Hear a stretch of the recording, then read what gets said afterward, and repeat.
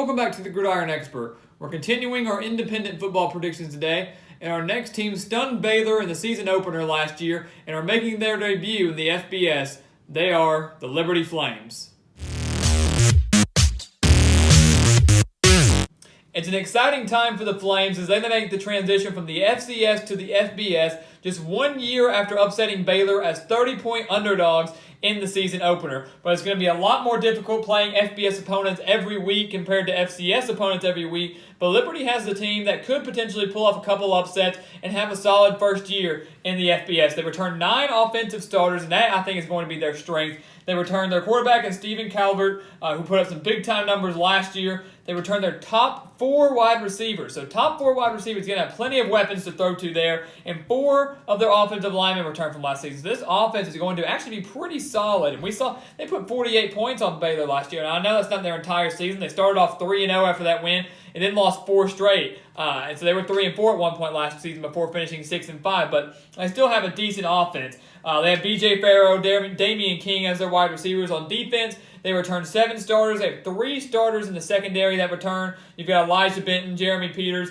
and Malik Matthews. And on the defensive line, you have Jawan Wells, who was the leading tackler for the Flames last season. So overall, this is a complete team. It's just, can they pull off some upsets and maybe get to that 6-6 mark? They're not eligible for a bowl game this year since it is their first year in the FBS. So maybe they can pull off a couple upsets and surprise some people just like they did last year in the season opener. They opened up against Old Dominion. Now, Old Dominion returned 16 starters, including Stephen Williams at quarterback. And in 2016, they went 10-3. Last year, they just went 5-7, just barely missing out on a bowl game. This is an Old Dominion team that looks a lot more similar to that 10-3 team from 2 years ago than that 5-7 team from last year. They're certainly going to be fairly experienced.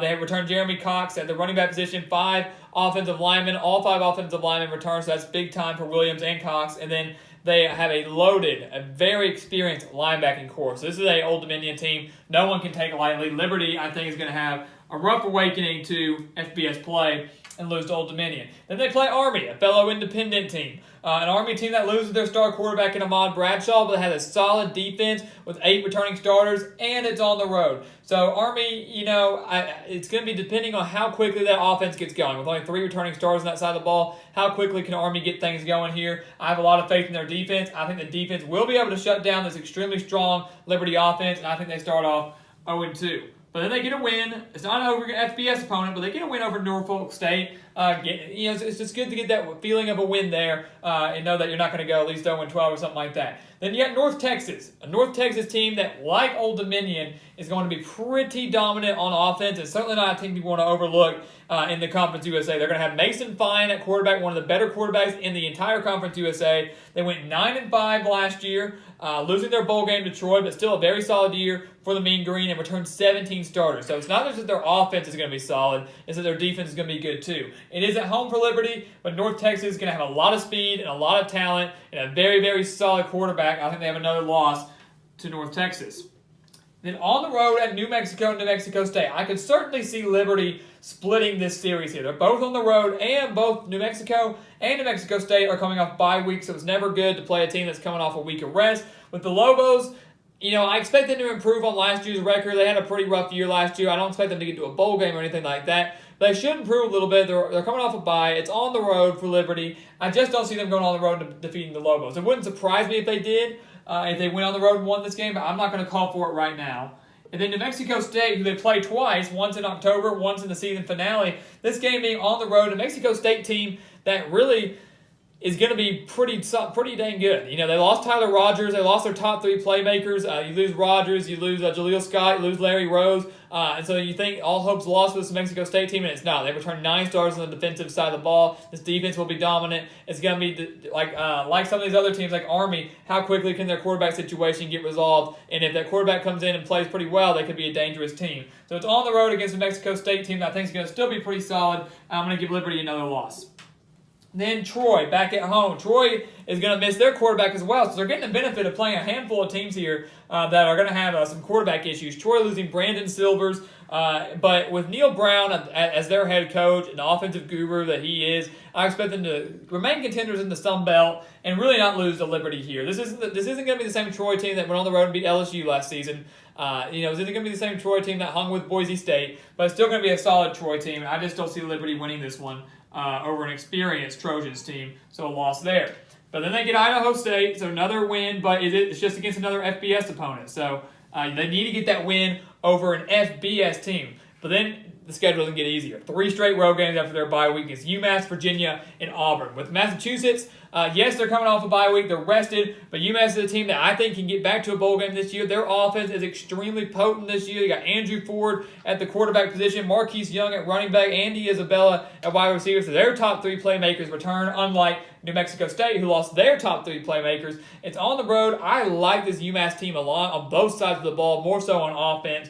And so even though they're going to have a bye week there, I just don't see Liberty getting a win over the Minutemen, who I really do think is going to get back to a bowl game. And then I'm going to give them losses to probably the toughest opponents, maybe, in Virginia and Auburn. Virginia losing their star quarterback in Kurt Benkert, but a solid defense as well. And they're going to be playing some tough competition in the ACC. I don't have them doing well, but they're still going to maybe compete with some of those teams. Auburn, arguably the second best team in the SEC West, right behind Alabama. Jarrett Stidham, Gus Malzahn, a solid defensive line. No way Liberty goes on the road and defeats Auburn. And then New Mexico State to close out the year for the second time this season.